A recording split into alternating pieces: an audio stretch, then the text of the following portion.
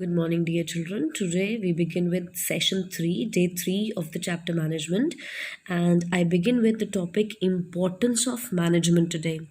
I think by now you all have understood why management is important for every organization, because lack of proper management results in wastage of time, money, and efforts.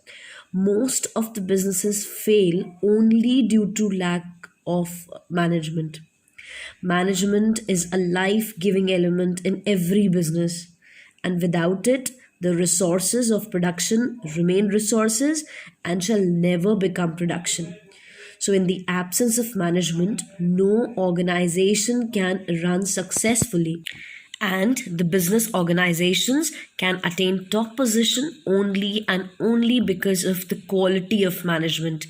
Hence, management becomes an important part of every organization, and effective management can help an organization to run successfully in the competitive world. So let us come to the first point why management is important. The first point says management is important because it helps in achieving group goals. Now you need to understand what is group over here. Group refers to the group of individuals. Group of individuals refers to the organization. Hence, an effective management helps in achieving the goals, the overall objectives, the end results of an organization. Management directs, it coordinates, it integrates the efforts of different individuals working in an organization for achieving the goals of the organization itself. The second importance of management is it increases efficiency. We are already revising the topic efficiency since 2 days. Efficiency refers to achieving the objectives but with minimum cost. So, what will management do here? What is the role of management? Management will try to reduce the cost and improve productivity with minimum wastage of resources. Management insists on efficiency and effectiveness both in the work through the functions of management that we discussed the very first day, that is planning, organizing, staffing, directing, and controlling. So, the second importance of management is management helps in increasing the efficiency in the organization by reducing the cost and by improving productivity. How can the productivity be improved? By minimizing wastage of resources.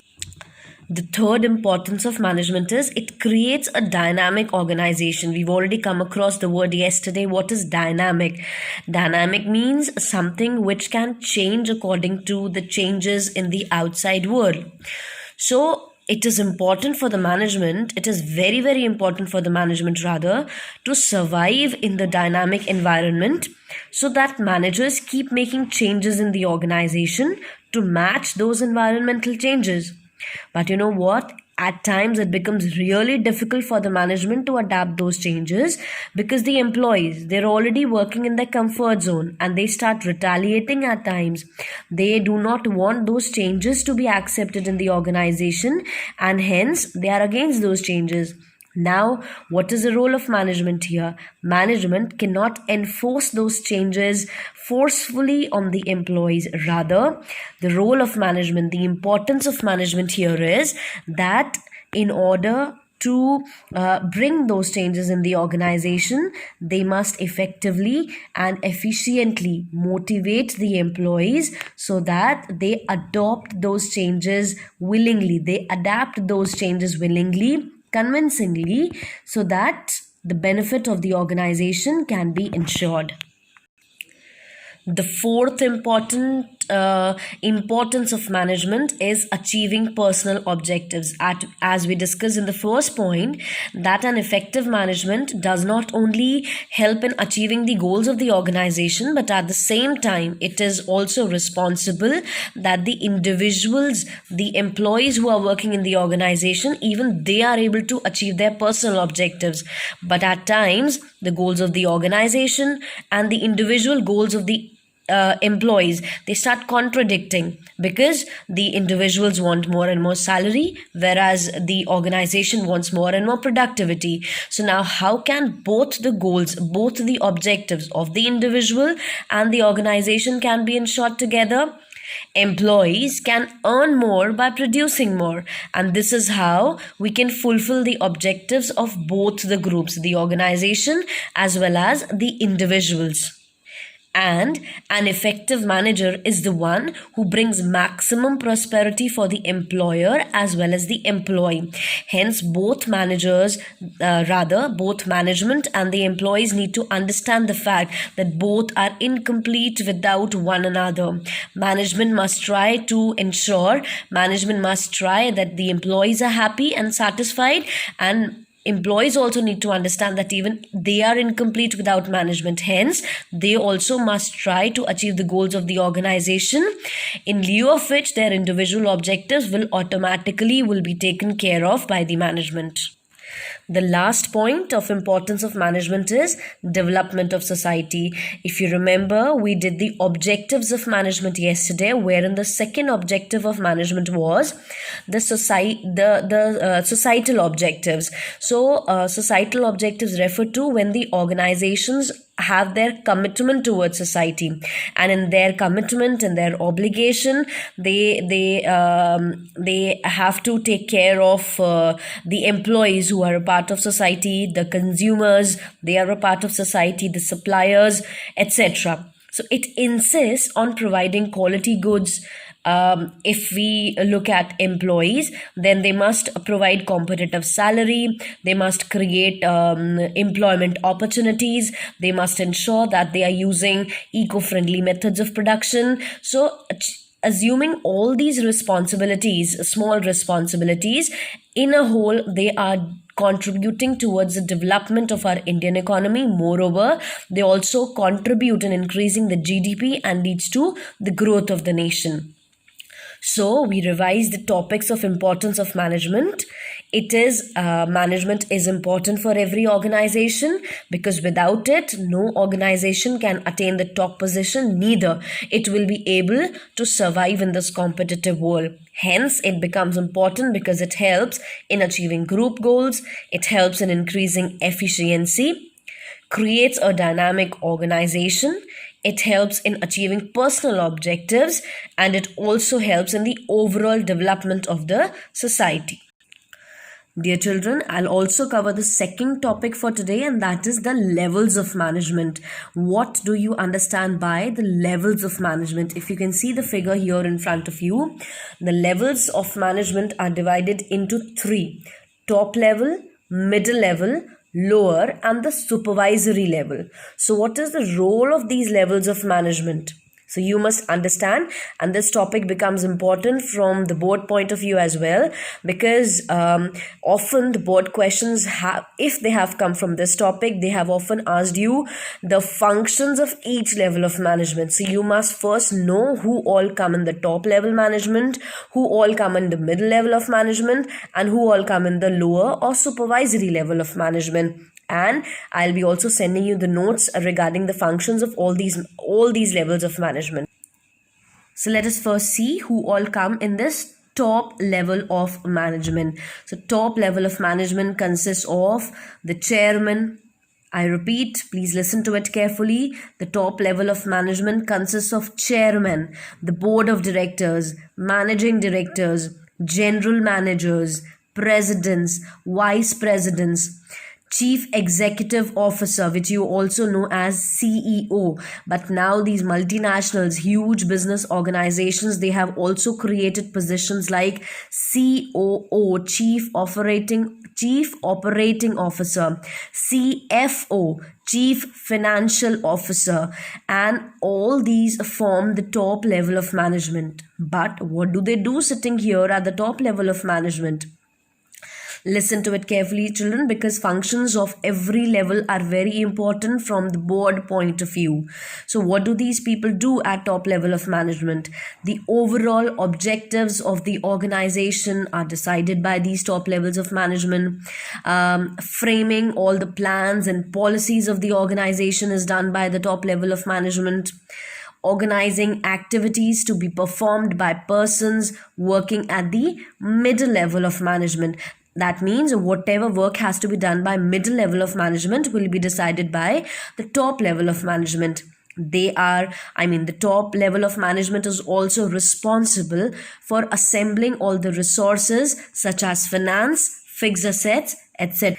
If you look at the last year board papers, or even if you go through a few sample papers, you will come across a question often in the board papers, and this is for 1 mark. Which level of management is responsible for the welfare and survival of the organization? I repeat, which level of management is responsible for welfare and survival of the organization? So children, it is top level. Top level is responsible for the survival and growth of the organization because they make plans to run the organization smoothly and successfully.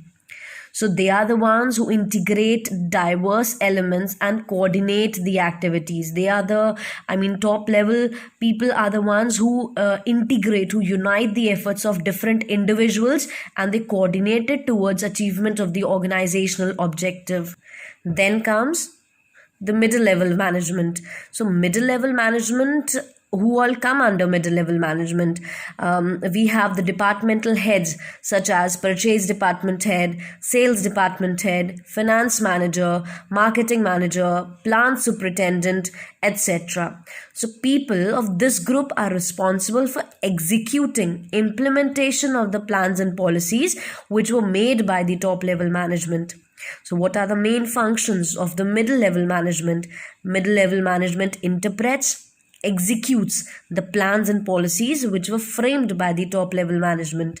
Middle level management organizes the activities of their own departments. For example, if somebody is a head of production department, somebody is a head of sales department, so they will ensure that they coordinate the activities of their own department and also coordinate with other departments, which means if production department doesn't coordinate with marketing department, production department will never be able to produce the products that are required as per the consumer's needs and wants. So all the departments need to coordinate with one another, which is a function of middle level management. Middle level management will also recruit, select and appoint the required employees for their own department. They are the ones who are responsible for motivating the people to perform to the best of their ability. They are responsible for all the activities of first line managers, whom we also call the lower level managers or supervisory level managers. So these are the functions of middle level management. Now here comes the lower level or the supervisory level of management. So who all come under supervisory level of management? They are supervisors, they are factory foremen, they are superintendents, they are sub-department executives, clerks, etc. And this is the only level of the management where authority is limited, because these lower level managers work as a link between the actual workers, the executives, and the middle level management. The instructions of the middle level management are passed on to the workers by these lower level managers. The quality and the quantity of output depends upon the efficiency of this level of managers only. They pass on the instructions to the workers and report back to the middle level management. They are also responsible for maintaining discipline amongst the workers. Again, a 1-mark board question. Which level of management is responsible for maintaining discipline among the workers? It is lower level or supervisory level of management. So what are the functions of lower and supervisory level of management?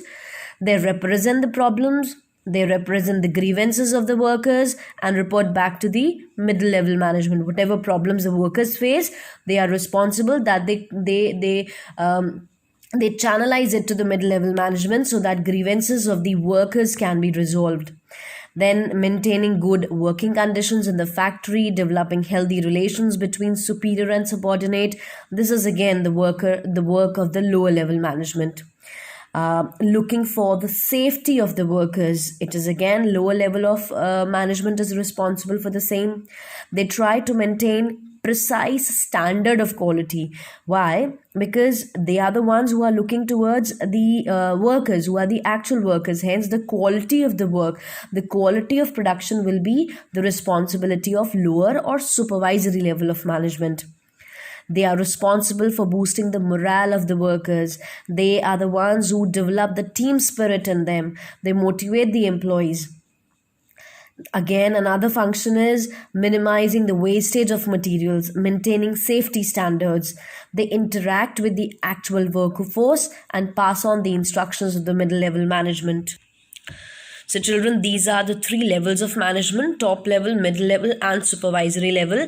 If you can see the figure here, you see an arrow coming down which says authority. Authority means the power to command, to give orders. So, the power to give orders definitely will come from top level to the lower level management. Whereas, on the other hand, if you see the arrow, another arrow moving upwards which says accountability, you are responsible to, you are answerable to. So, both lower level is answerable to middle level, and middle level is further accountable to the top level management. The functions of all these levels are very, very important, for which the notes will be sent to you. Thank you.